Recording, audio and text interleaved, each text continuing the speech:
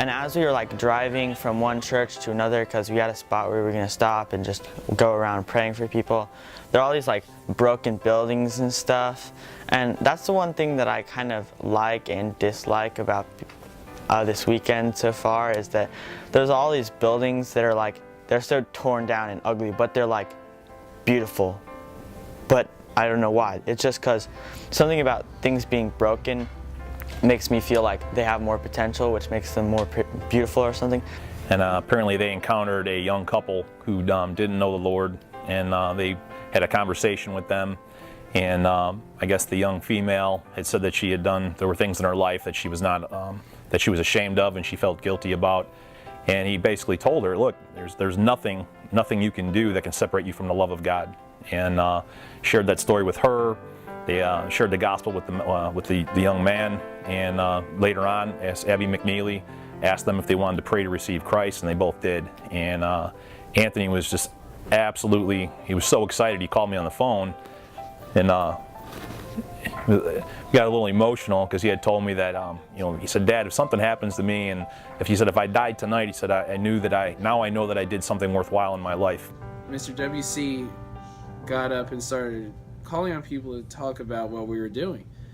And he said, Franklin, come up here and tell them about how we're going prayer walking and sharing our story in 3 words. How about you just share your story in 3 words? A week later, Sunday morning, I go to Brunson Baptist for their Sunday morning service. And in the bulletin, the title of the sermon was, do you have your 3 words? And I'm like, no way.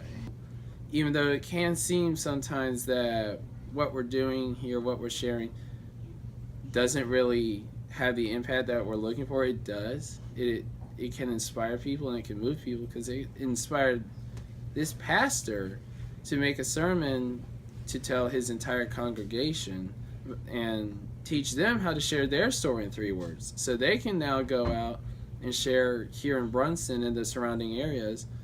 And I just think it's really cool how God worked that out. I would want to tell the family of Riverbend to just keep coming, keep praying, just keep doing what you're doing. What you're doing is awesome. It's more than enough. I wish there were more churches like you all that did this, and I mean, they love doing it. I watch them all the time. They don't know I'm looking at them, but they're genuine.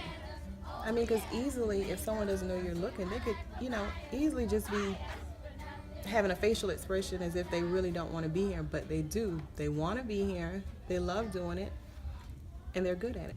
And that was the first time that I'd ever shared my story with a complete stranger on the street, so that was really cool. This is just a great, awesome, complete awesome win today for me. I'm excited about what God's going to do.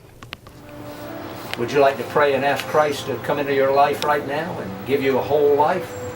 You can do it right now, right in this liquor store. You don't even have to worry. That doesn't matter where you are. I can do it with you right now.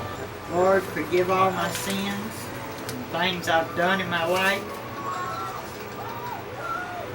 Restore me. Let me back into your world. Amen. Through Jesus. Through Jesus. And I shared with him, it doesn't matter what achievements you have in this world.